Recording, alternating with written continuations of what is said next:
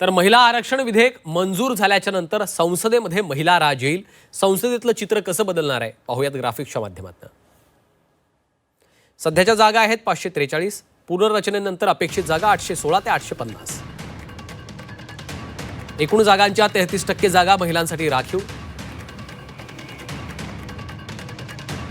अनुसूचित जाती आरक्षण 84 वरून 136 पर्यंत. अनुसूचित जमाती आरक्षण 47 वरून 70 पर्यंत.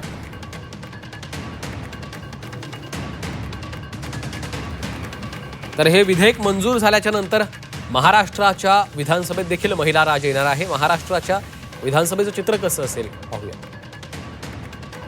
सध्याच्या जागा आहेत 288. पुनर्रचनेनंतर 400 जागा अपेक्षित आहेत.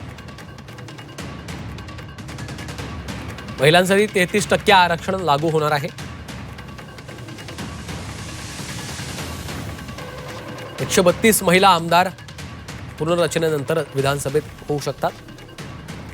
तर महिला आरक्षणाच्या या विधेयकाला विरोध का नेमका होतोय पाहूया. महाराष्ट्रामध्ये सध्या 48 खासदार आहेत.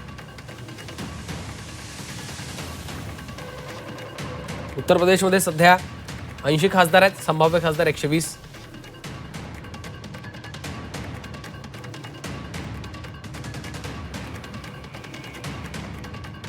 मध्य प्रदेशात सध्या खासदार 29, संभाव्य खासदार 44. बिहारमध्ये सध्या 40, संभाव्य 60.